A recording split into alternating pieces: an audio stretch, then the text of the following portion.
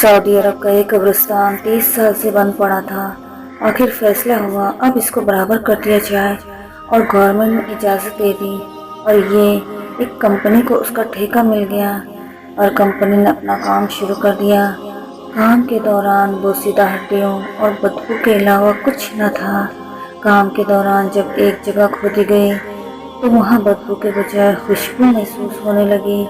मजदूरों ने कंपनी को खबर कर दी और उन्होंने महकमा मवाद को दूसरे अदारों को खबर दी और काम रोक दिया गया। जब काम दोबारा शुरू किया गया तो ज़मीन की मिट्टी इंतहाई नरम थी और उसमें काफूर और मश्क की खुशबू मिली हुई थी। फिर एक मैयत मिली जिसका कफन वैसे का वैसा था।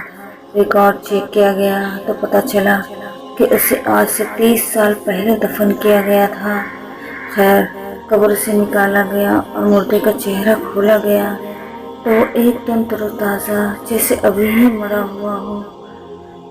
गांव के लोगों ने पहचाना कि ये फुला का बेटा है। वो शख्स बहुत ज़ईफ था, चल फिर नहीं सकता था। जनाजा उसके घर ले जाया गया। बाप को दीदार कराया गया तो उसने खुदा का शुक्र अदा करते हुए कहा, तेरी कुदरत 30 साल पहले जनाजा निकला और 23 साल बाद फिर उसी हालत में घर लाकर मुझे दीदार कराया गया। तेरी कुदरत का क्या कहना। और रोता जा रहा था और इस मंजर ने सबकी आंखें नम कर दी। फिर उसकी इजाज़त से दूसरे कब्रिस्तान में दफन किया गया।